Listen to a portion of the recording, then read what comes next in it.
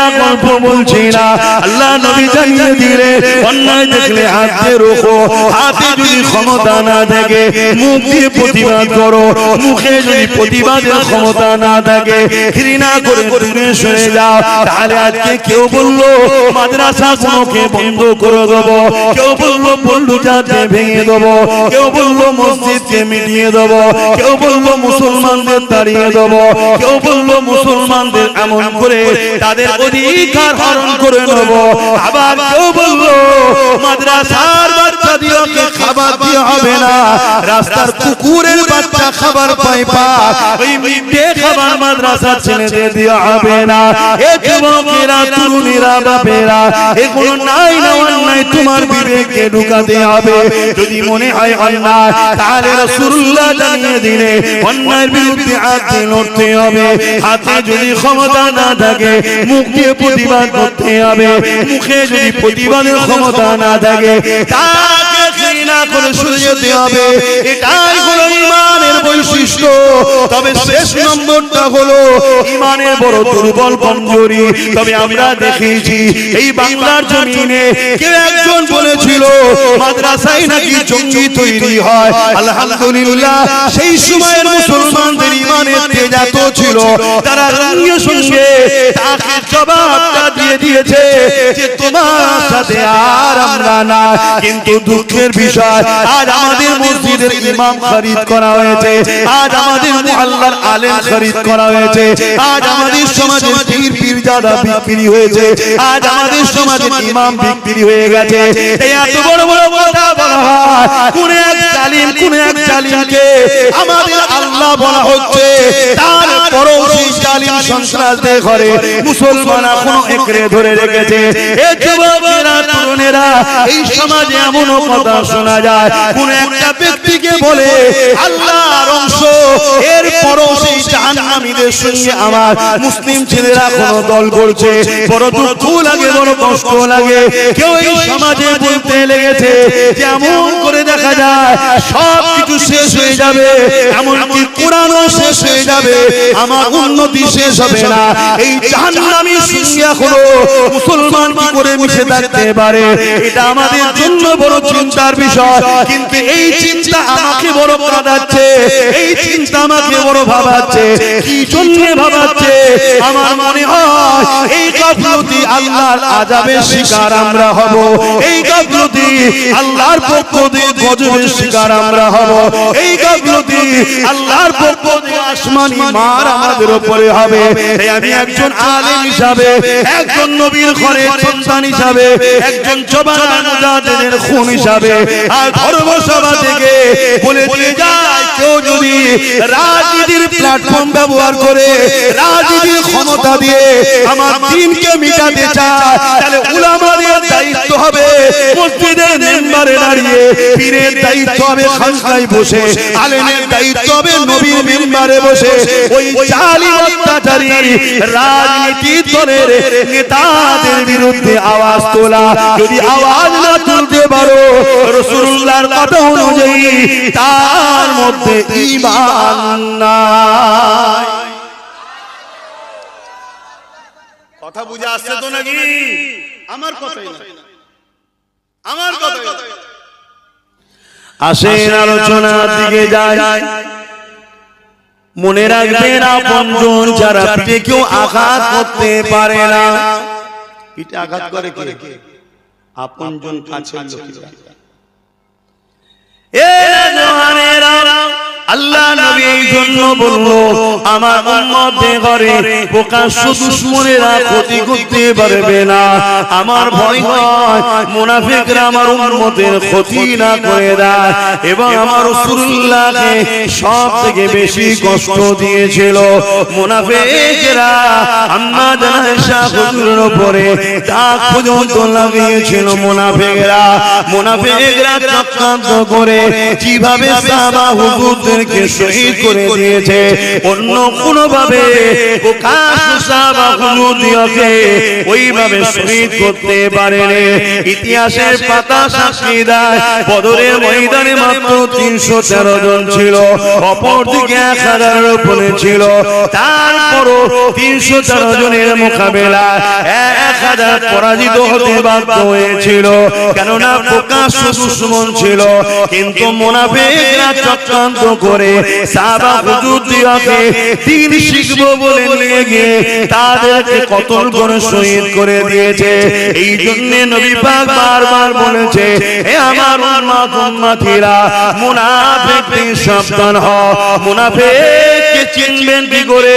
মুনাফিক দাড়ি চাচাও হতে পারে, দাড়িওয়ালাও হতে পারে, মুনাফিক টুপিওয়ালাও হতে পারে, টুপি খোলাও হতে পারে, মুনাফিক নামাজিও হতে পারে, মুনাফিক বেনামাজিও হতে পারে। মুনাফিককে চিনবেন কি করে? আল্লাহ নবী জানিয়ে দিলে, এ দুনিয়া মানুষেরা মুনাফিক চিনার পন্থা হলো যাদের অন্তরে আমি রাসূলুল্লাহ আমার আদো আইয়ানে মনে রেখে দো এরা মুনাফিক। রাসূলুল্লাহ বললে দ্বিতীয় নম্বর, যারা আমার হাল দিয়ে সমালোচনা করবে এরা হলো মুনাফিক। এই মনে রাখবেন, দুনিয়া জমিনে আজ আমাদেরকে বড় চক্রান্ত চলছে। এই পৃথিবীর জুড়ে একটাই চক্রান্ত চলছে, যেমন করে হোক এদের ঈমানকে লুটে নাও।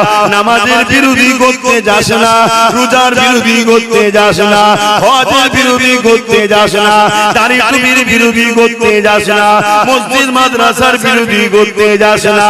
একটা কাজ কর, এদের অন্তরে যে পাওয়ারটা আছে ওই পাওয়ারটাকে প্রথম কেড়ে নে। ওই পাওয়ারটা হলো নবী পাকের প্রেম ও আদর, যাকে বলা হয় ঈমানের পাওয়ার।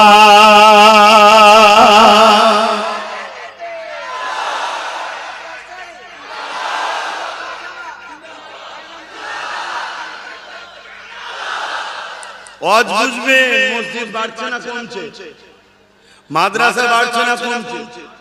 এই তো একটা মাদ্রাসা আমার জানা নেই, হয়তো আশপাশে যদি আরো না গজায় দুদিন পরে গজাবে, দেখবেন আমার জানা নেই আছে, দেখবেন আবার আশপাশে গজাবে। এই এলাকায় একটাই মাদ্রাসা ছিল বসিরহাট হুজুরের তৈরি করা, তাই তো নাকি? কিন্তু ওই মাদ্রাসার 12টা বেজে গেছে।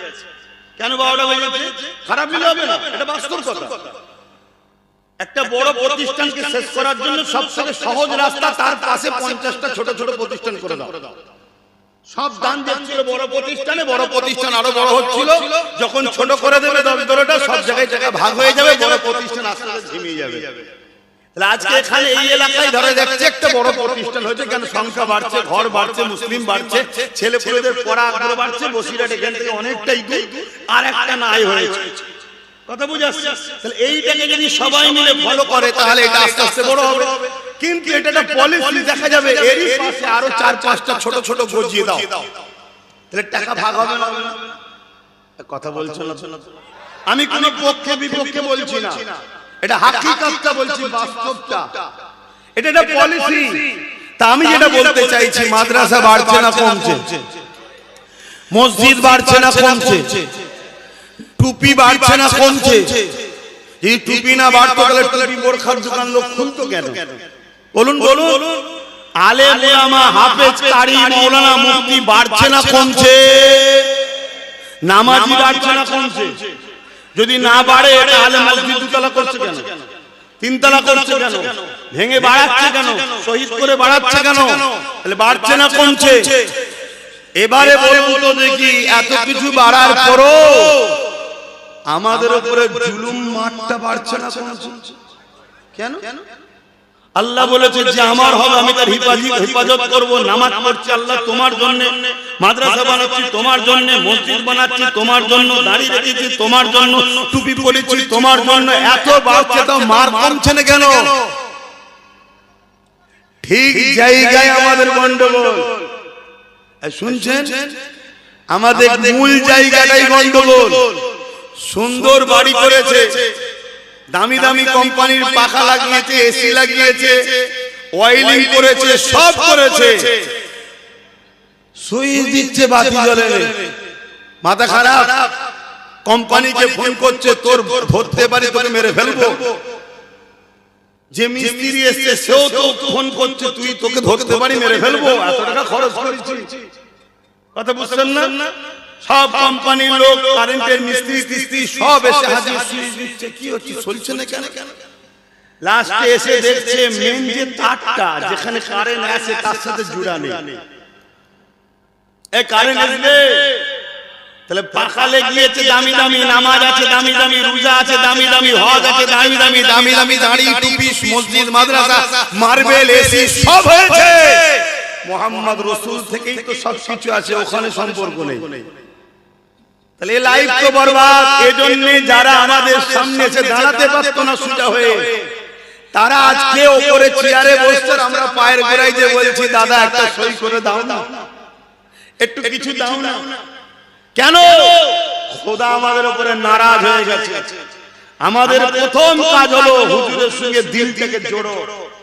সব জায়গায় আপোষ চলবে, হুজুরের ব্যাপারে কোনো আপোষ নাই, ঝাঁপিয়ে পড়তে হবে। তাদের জান যাবে কি জান দিতে হবে, ও সব দেখা দেখার সময় নেই। কথা শুনছেন না শোনেন না? হ্যাঁ, এটা মাথায় রাখো।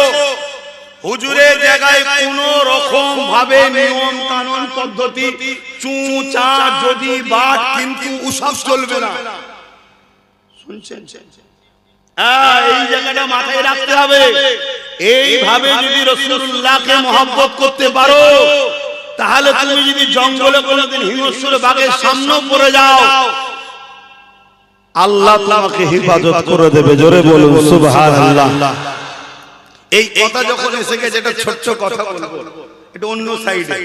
দাদা হুজুর একদিন বসিরহাট হুজুর আরো খলিফাদেরকে নিয়ে একদিন জঙ্গলে দিয়ে জলসায় যাচ্ছে, সুন্দরবনের ভেতর দিয়ে কোনো জায়গায় জলসায় যাচ্ছে। তখন তো বাংলা ভালো হয়নি, এপার বাংলা ওপার বাংলা সব একসাথে জলসায় যাচ্ছে। তো গরুর গাড়ি তখন কোন রকম ক্যাঁচ কুচ করে যেতে আস্তে আস্তে যাচ্ছে। তো হঠাৎ করে গরুর গাড়ি যে চালাচ্ছিল, যে ভাষা বললে আপনারা বুঝবেন ড্রাইভার, কিন্তু গারওয়ান বলে ভাষাটা শুনতে খারাপ লাগতে পারে, তাই আমি বললাম না। কি ড্রাইভার গরুর গাড়ি যে চালাচ্ছিল, সে লাফ মেরে হুজুররা যে কাজাবার মধ্যে বসে আছে, যেটা গরুর গাড়ির উপরে একটা ঘেরা মতো থাকে জানেন তো, ওর ভেতরে লাফ মেরে ঢুকে যায়, কল করে ঘামছে, হাঁপাচ্ছে। কি হয়েছে রে বাবা? বলছে হুজুর দুটো বাঘ সামনে আর গরুও লাফাচ্ছে। এই কি করছে রে তোর গরু? সামনে দুটো বাঘ। দাদা হুজুর পীর কেবলা কি বললেন? বাঘ তো কি হয়েছে? সে গরুওয়ালা আর কি জিজ্ঞেস করবে, সে তো অবাক হয়ে গেছে, এই লোক কি বাঘ চেনে না নাকি? বাঘ কি হয়েছে মানে? বলছে জঙ্গলে যদি বাঘ থাকতে পারে, আল্লাহ আবু বকরকে একটা বাঘ দিয়েছে। জোরে বলুন সুবহানাল্লাহ। তা জঙ্গলের বাঘ আবু বকরের বাঘের সঙ্গে দেখা করতে এসেছে। দাদা হুজুর বললেন বাবা একটু মুখটা দেখাও। পর্দাটা বার করে সরিয়ে রুহুল আমিন সাহেব শুধু মুখটা দেখিয়েছে। সত্যিকারেরই যেন দেখাই করতে এসেছিল। লেজ লাড়াতে লাড়াতে দুজন দু সাইডে ঢুকে গেল। জোরে বলুন সুবহানাল্লাহ। আল্লাহু আকবার, আল্লাহু আকবার। এইটা কি রুহুল আমিন সাহেবের কৃতিত্ব, না রুহুল আমিন সাহেব নবীকে ভালোবেসেছিল সেই নবীর ভয়? কোনটা? এই নবী পাকের গোলামির ফল। নাই রুহুল আমিন সাহেব মানুষ, তুমি আমিও মানুষ। তোমাকে আমাকে পেলে রেখেও খাবে না, যেদিন পরে খায় একেবারে খেয়ে ফেলবে। আর রুহুল আমিন সাহেবকে দেখে দেখাটা হয়ে গেল, চলে গেল, যেন মনে হচ্ছে সত্যি সাক্ষাৎ এসেছিল। এটা ভাবতে হবে কারণ কি? তারও দুটো হাত, আমারও দুটো হাত, তারও দুটো পা, আমারও দুটো পা। কারণ একটাই, তিনি হুজুরের জন্য যে কুরবানি দিয়েছে আমরা পারিনি। হুজুরের দিনকে জিন্দা রাখার জন্য 224 পরগনা তখন একসাথে ছিল। অর্ধেক কেনার ক্ষমতা ছিল বসিরহাটের বড় মাওলানা রুহুল আমিন সাহেবের, অর্ধেক জেলাকে কেনার ক্ষমতা ছিল। তিনি সম্পূর্ণ টাকা নবীর দিন, আহলে সুন্নাত ওয়াল জামাত, দাদা পীরের সিলসিলা সবটাই হলো রাসূলুল্লাহ। দাদা পীর তো রাসূলুল্লাহ দিনের বাগানে চাষ করেছে এখানে। তার জন্য সম্পূর্ণ যে সম্পদের টাকা বাহাস করে আর কিতাব লিখে লিখে লিখে লিখে শেষ করে দিয়েছে। জোরে বলুন সুবহানাল্লাহ। আর আমরা কি করছি? নবীর দিনের পিছনে খরচ তো করতে পারিনি, উপরন্তু যারা নবীর দিনকে মিটাতে চাইছে তাদেরকে আমরা সহযোগিতা করছি। যারা ওয়াকফকে মিটাতে চাইছে তাদেরকে আমরা সহযোগিতা করছি। যারা মসজিদ মাদ্রাসাকে মেটাতে চাইছে তাদেরকে সহযোগিতা করছি। আবার আমরা গলা লম্বা করে ফতোয়াবাজি করি ওলিয়া উলিয়াদের বিরুদ্ধে। আমরা মনে করি বড় ভিআইপি হয়ে গেছি। কেউ যদি মনে করে আমি সামান্য দুটো মাদ্রাসা মসজিদ করে আমি বড় দিনের খাদেম হয়ে গেছি, মনে রাখবেন অনেক বাচ্চা আছো, অনেক বাচ্চা আছো। কেন? তোমার উল্টা ভাষা চাল চলন ইসলামের দুশমনদের সঙ্গে যদি থাকে, তোমার মসজিদ তোমার মাদ্রাসা বানানো আল্লাহ জোরে বলে নেবে না। আমার আল্লাহ মুখাপেক্ষী নাকি আব্বাস সিদ্দিকী? আমার আল্লাহ আমার মুখাপেক্ষী? আমাকে আমার আল্লাহ পাক ধরে নিয়ে যে জাহান্নামে ফেলে দেয়, আপনারা সব আন্দোলন করবেন নাকি? তাহলে আমার আল্লাহ কারো মুখাপেক্ষী নয়, এটা মনে রাখবে। আল্লাহ করাচ্ছে, আলহামদুলিল্লাহ বলো। বলো আল্লাহ আমাকে তার দ্বীনের কাজ করাচ্ছে, বলো আলহামদুলিল্লাহ। ছোট হয়ে থাকো কিন্তু মনে রাখবে নবীর দ্বীনের ক্ষতি করা আর ক্ষতিকারকদের সাথ দেওয়া এরা কোনোদিন নাজাত, জোরে বলুন। সময় থাকলে আলোচনা করছি, অসুবিধা হচ্ছে নাকি? বাবেরা নাজন তরুণেরা, এ নবী পাকের প্রেমিকেরা, আল্লাহ নবী পাকের রবিউল আউয়াল সোমবার শুনে সাদেকের সময় দুনিয়া জমিনে এসেছিলেন। আম্মা জানেরা বলতে লেগেছে আব্দুল্লাহর পেশিনা থেকে নূরে মুহাম্মদ যখন আমার মুবারকে চলে আসলো, আমি আমিনা অবাক হতে লাগলাম। আমার শরীর থেকে একটা খুশবু বেরোতে লেগেছে, এই খুশবু চারিদিকে ছড়াতে লাগলো। এ না একদিন আলোচনা মক্কার গলিতে গলিতে হতে লাগলো। এই খবরটা রাসূলুল্লাহ দাদা এমন করে আব্দুল মুতালিবের পুত্রবধূ আমেনা সে কোথা থেকে আতর পাইছে মাখে, যার খুশবু চারিদিকে ছড়াতে লেগেছে। এই খুশবু তো মক্কার কোনো জায়গায় পাওয়া যায় না, এই খুশবু তো এলাকার কোনো জায়গায় পাওয়া যায় না। আমার রাসূলুল্লাহ দাদা হযরত আব্দুল মুতালিবের কানে যখন খবর গেল, তিনি ছিলেন মক্কার সরদার, মক্কার নেতা লিডার, এই জন্য তিনার মাথাটাও বড় হতে লাগলো। কি ব্যাপার আলোচনাটা নিজের পরিবারের সঙ্গে করতে হবে, এই রাসূলুল্লাহ দাদিজানের সঙ্গে আলোচনা করতে লাগলে। এই যে মক্কার গলিতে গলিতে আব্দুল্লাহর পরিবার, আমার পুত্রবধূ আমেনা নিয়ে আলোচনা হতে লেগেছে। সে নাকি এমন একটা তোমাকে যা তো কোনো জায়গায় নাকি পাওয়া যায় না, এবং এই খুশবু সব জায়গায় ছড়াতে লেগেছে। আমি আব্দুল মুতালিব আমি অবাক হয়ে যাচ্ছি, আমি খুশবু পাচ্ছি, কিন্তু আমি বিভিন্ন দেশে যাই, সেই জায়গাতে এই খুশবু কোনো জায়গায় পাই না। এই সময় রাসূলুল্লাহ দাদিজান বলেছিলেন, আমি আপনাকে বলবো বলবো মনে করে আমিনা যখন হাম্মামখানা থেকে বাইর হয়, গোসলখানা থেকে যখন বাইর হয়, আমি যখন গোসলখানায় প্রবেশ করি, আমি আমিনা অবাক হয়ে যায়, যেন মনে হয় কোন আতরের গোডাউনের মধ্যে প্রবেশ করেছি। এই কথাটা শুনে রাসূলুল্লাহ দাদা আব্দুল মুতালিব বললেন, ডাকেন আব্দুল্লাহ, ডাকেন পুত্রবধূকে, আমিনাকে ডাকেন। আম্মা জান আমিনাকে ডাকা হলো। এ মা আমিনা রে, সব জায়গায় সমালোচনা চলছে, তুমি কোথা থেকে আতরটা পাও? রাসূলুল্লাহর আম্মা জান হযরত আমিনা নিজের মুখে থুতুটা জমিনে ফেললে, ফেলার সাথে সাথে আতরের ডিব্বা খুললে যেভাবে খুশবু বাইর হয়, ওইভাবে খুশবু মাথাতে লেগেছে। ওই সময় আম্মা আমিনা বলে, আমার আব্বা জান আম্মা জান আমিনা কোনো খুশবু ব্যবহার করে না। যেদিন থেকে আমার মুবারকে আব্দুল্লাহর লাশিনা দেখে ওই সন্তান চলে এসেছে, সেই দিন থেকে আমার শরীরে খুশবু বাইর হয়। অর্থাৎ এই খুশবু আমিনার নয়, এই খুশবু হলো আমার গর্ভে যে রয়েছে তিনার খুশবু। আরো জোরে বলুন সুবহান আল্লাহ আল্লাহ। ভাবুন, এই যে যুবক গুলো বসে আছো দুদিনের দুনিয়া, এই রসুল ছেড়ে দিয়ে নবীর দুশমনদের ঘরে ধরছো। তোমাদের হোশ নাই? উলামাদের মুখ থেকে শুনুনি আল মারউ মা মান আহাব্বা, দুনিয়ায় যে যার সঙ্গে থাকবে পরকালে তার সঙ্গে থাকবে, দুনিয়ায় যে যাকে ভালোবাসবে পরকালে তার সঙ্গে থাকবে। আজকে তুমি দুনিয়ায় চোর, চিটিংবাজ, বদমাইশ, গুন্ডা, থাপ্পাবাজ, তার সঙ্গে তুমি উঠাবসা করছো, যে তোমার দেওয়া সহযোগিতায় তোমার দিনকে মিটাচ্ছে, তোমার মসজিদকে মিটাচ্ছে, তোমার আলেমকে গালি দিচ্ছে, তোমার উলামাকে গালি দিচ্ছে, আজকে তুমি তাকে সাপোর্ট করছো। আবার বলছো নবীর উম্মত। মনে রেখে দিও যুব সমাজ, এটা আমার বুঝাবার দায়িত্ব, বুঝাচ্ছি। যদি সময় থাকে একবার স্পেনের ইতিহাসটা পড়ে নিও। স্পেনে 800 বছর মুসলমান রাজত্ব করেছিল। ওই স্পেনে আজকের তারিখে যদি কেউ যায়, বিশাল বিশাল মসজিদ, বিশাল বিশাল মাদ্রাসা, বিশাল বিশাল যেসব দ্বীনি প্রতিষ্ঠানগুলো ছিল সেগুলো আর নাই। বড় বড় সিনেমা হল, বড় বড় অফিস আদালত তৈরি হয়ে গেছে। আজকের এই দুর্দশা স্পেনের মুসলমানদের হলো কি করে? এই হওয়ার পিছনে একটাই কারণ, মুসলিমদের মধ্যে থেকে কিছু মুনাফিক মুসলমানরা মুসলমানদের প্রতিনিধিত্বের নামে বেঈমান ইসলামের দুশমনদের দালালি করেছিল।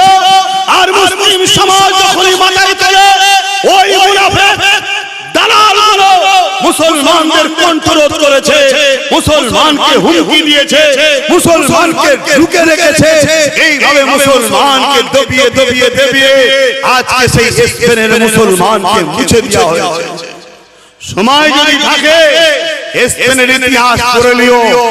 স্পেনের ইতিহাস তোমাকে জাগাতে পারে, কেন তোমার সঙ্গে আজকে স্পেনের স্টাইলেই কাজ চলছে।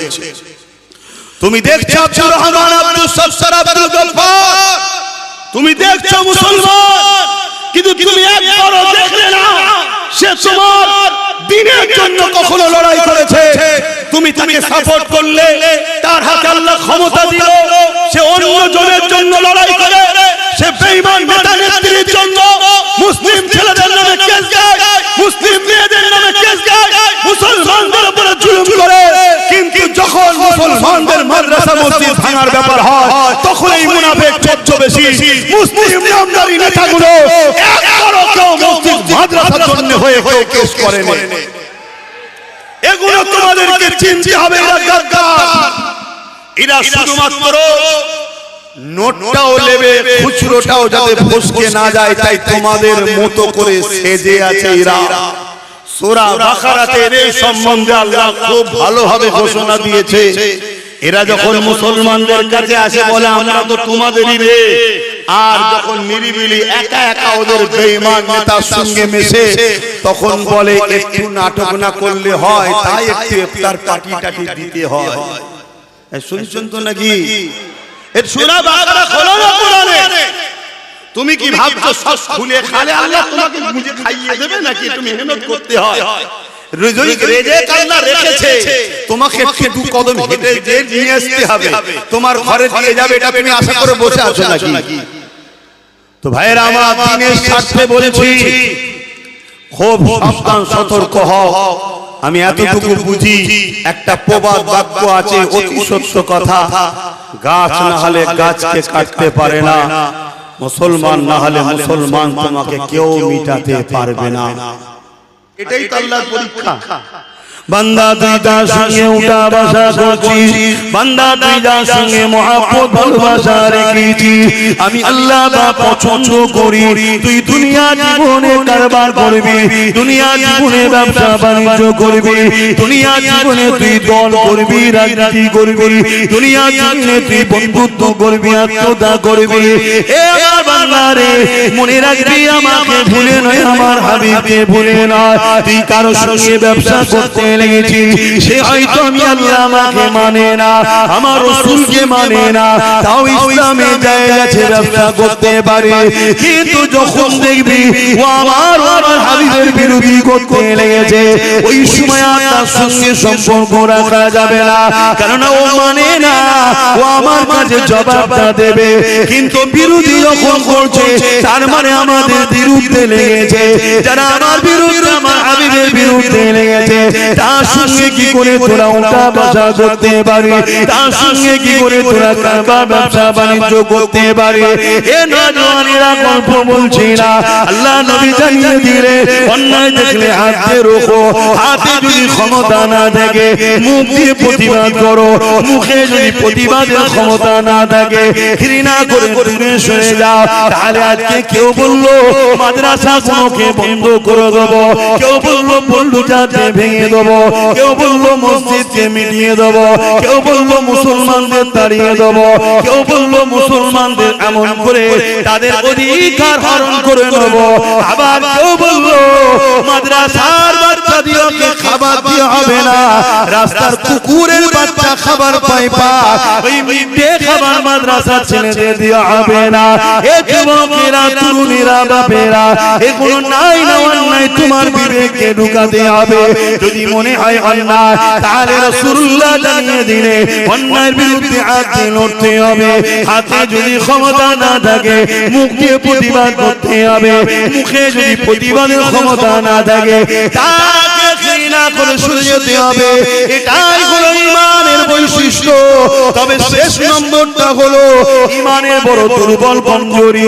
তবে আমরা দেখেছি এই বাংলার জমিনে কেউ একজন বলেছিল মাদ্রাসায় নাকি জঙ্গি তৈরি হয়। আলহামদুলিল্লাহ সেই সময়ের মুসলমানদের ঈমানের তেজ এত ছিল তারা সঙ্গে সঙ্গে তাকে জবাবটা দিয়ে দিয়েছে যে তোমার সাথে আর আমরা না।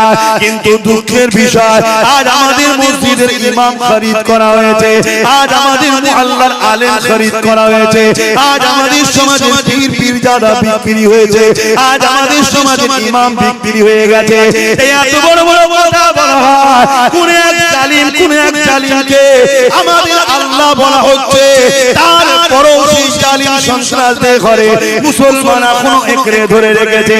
এই যুবকেরা তরুণেরা এই সমাজে এমনও কথা শোনা যায় কোন একটা ব্যক্তিকে বলে আল্লাহর অংশ, এরপরও সেই জাহান্নামীদের সঙ্গে আমার মুসলিম ছেলেরা কোনো দল করছে।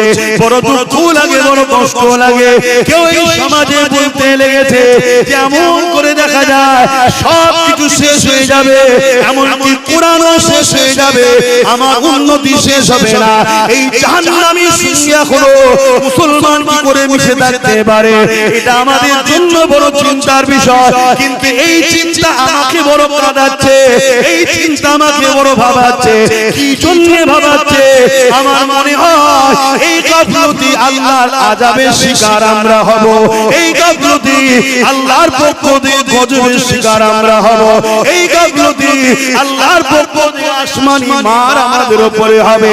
তাই আমি একজন আলেম হিসাবে, একজন নবীর ঘরের সন্তান হিসাবে, একজন জবান মুজাহিদের খুন হিসাবে আর ধর্মসভা থেকে বলে দিয়ে যায়, কেউ যদি রাজনীতির প্ল্যাটফর্ম ব্যবহার করে রাজনীতির ক্ষমতা দিয়ে আমার দ্বীনকে মিটাতে চায়, তাহলে উলামাদের দায়িত্ব হবে মসজিদের মেম্বারে দাঁড়িয়ে, পীরের দায়িত্ব হবে খানকায় বসে, আলেমের দায়িত্ব হবে নবীর মেম্বারে বসে ওই জালিম অত্যাচারী রাজনীতি দলের নেতাদের বিরুদ্ধে আওয়াজ তোলা।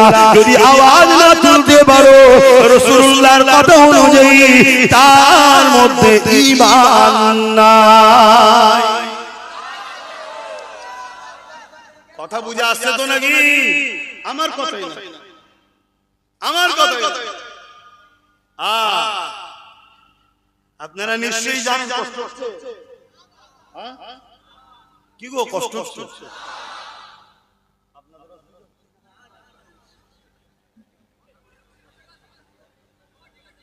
না আমি কিছু ভুল বলছি? তোর এত বড় স্পর্ধা কে দিল? তুই আমার কোরআনের বিষয়ে কথা বলছিস?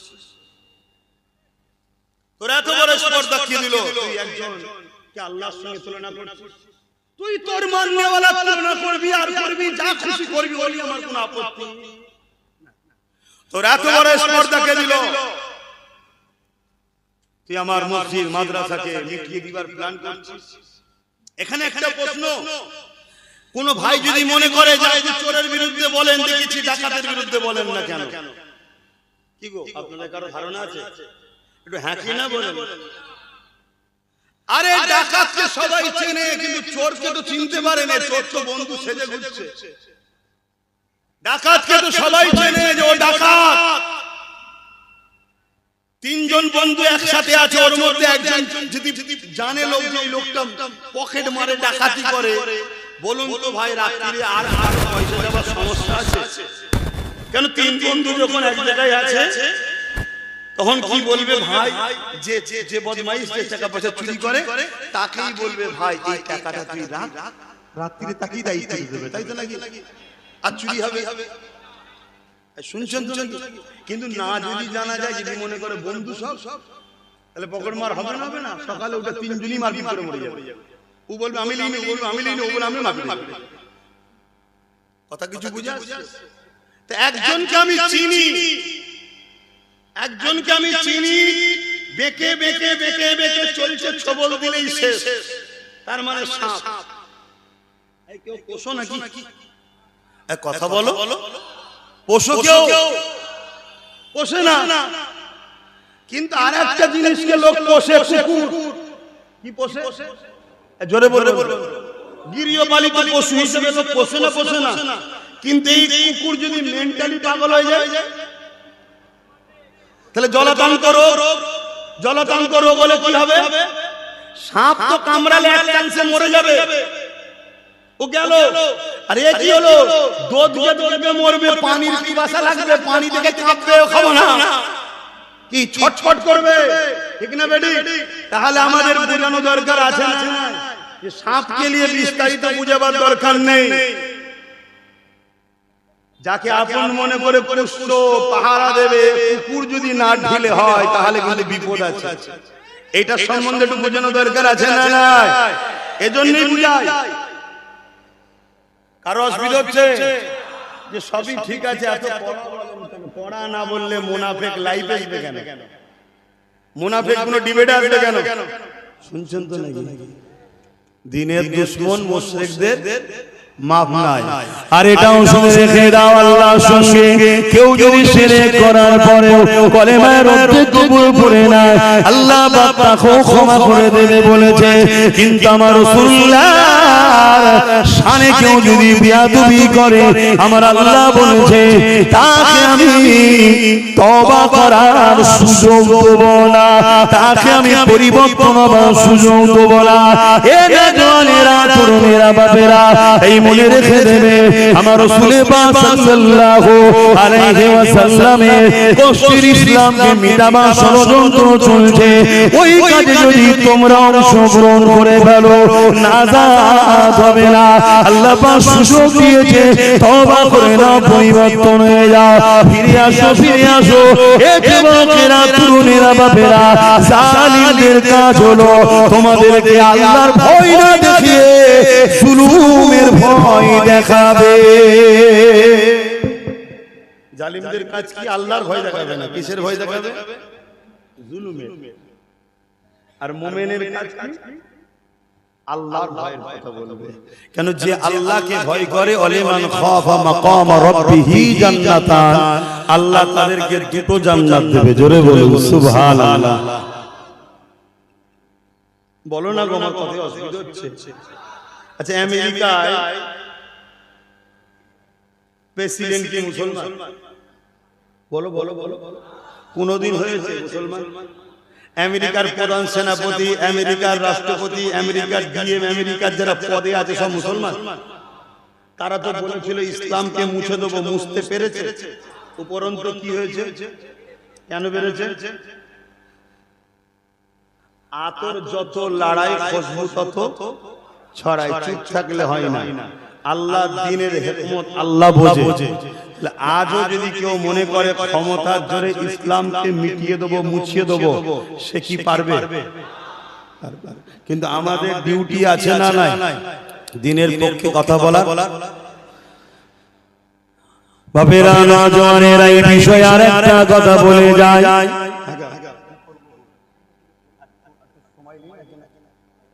অসুবিধা হচ্ছে? ওয়াক্ত আছে, ওয়াক্ত রয়েছে। আমরা যদি 5টা 10 15 20 করে যদি শেষ করে এখানে নামাজ পড়ে নিয়ে অসুবিধা হবে না। কেন? ওয়াক্ত আছে। অক্ত প্রায় না করে 5টা 40-45 পর্যন্ত মনে হয় অক্ত আছে 47 তাহলে তোমরা বলো অসুবিধা হচ্ছে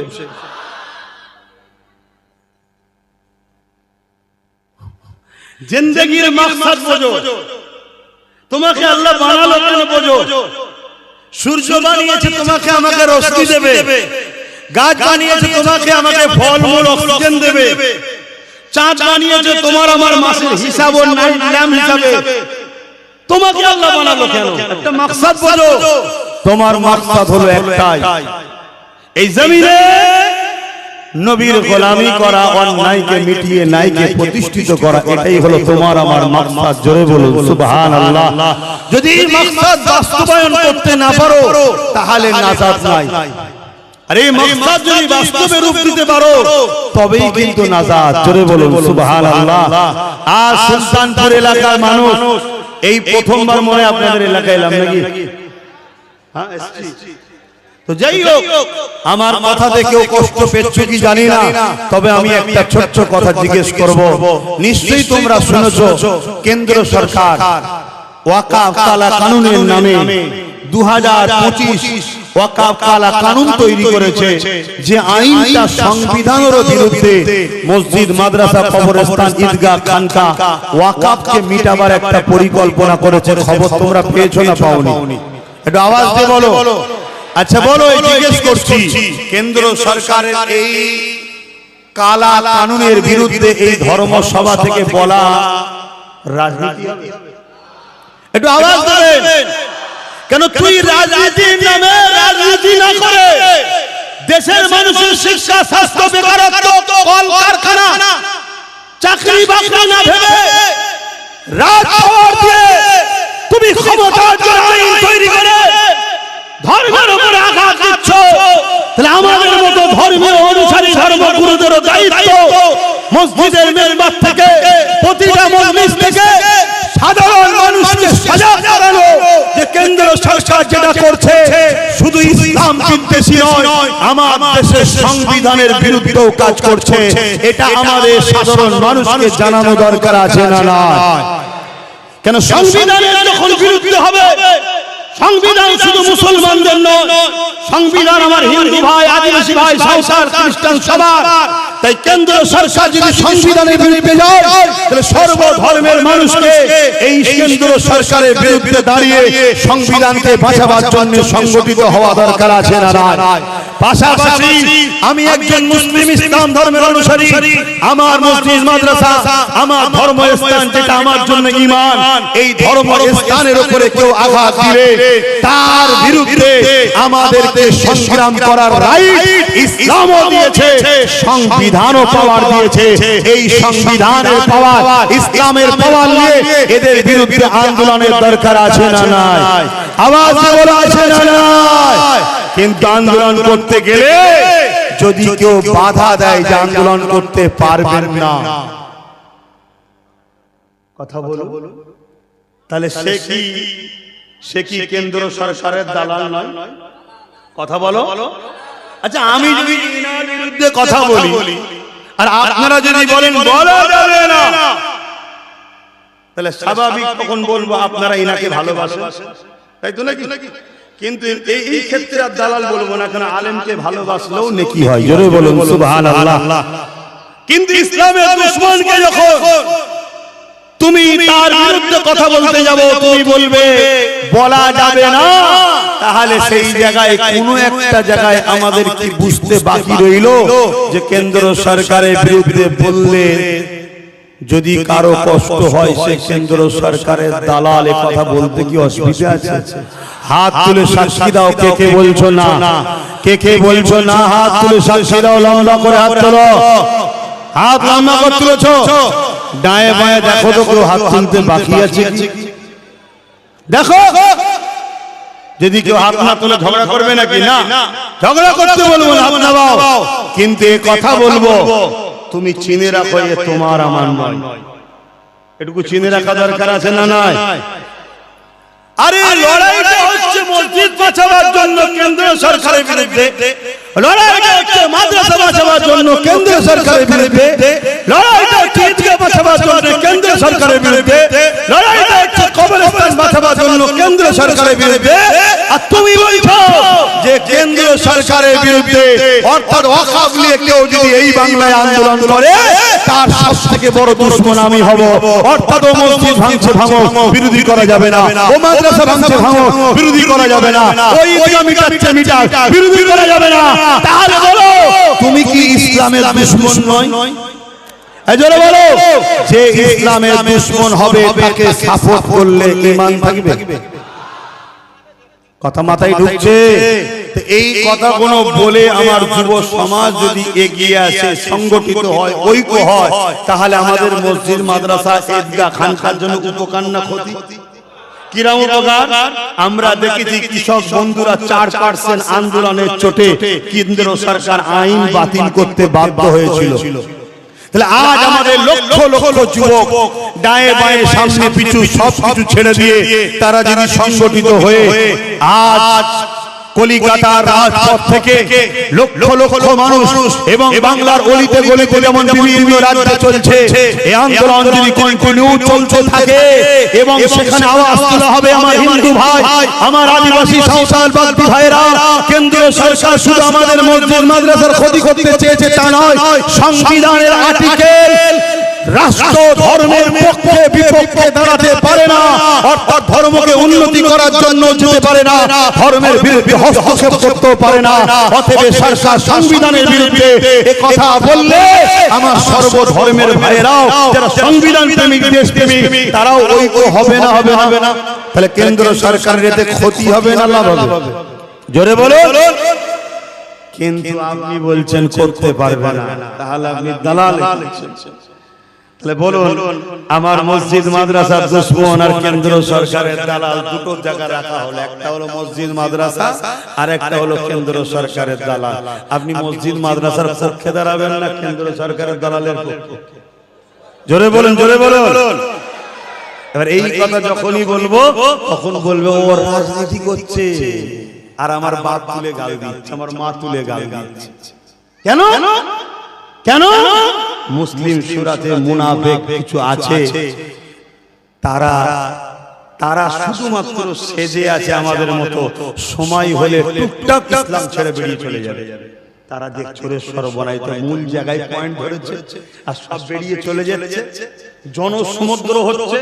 এই গতকালকে বাঁকুড়ায় গেছিলাম, প্রায় 25-30 উপরে লোক। কথা বুঝে আসছে? এই যে সব জায়গাতে ঠেলাঠেলি গুতো গুতিয়া সব যুবকের ভিড় বেশিরভাগ, এটা জালিমদের জন্য আতঙ্কের কারণ হচ্ছে না? হয়নি?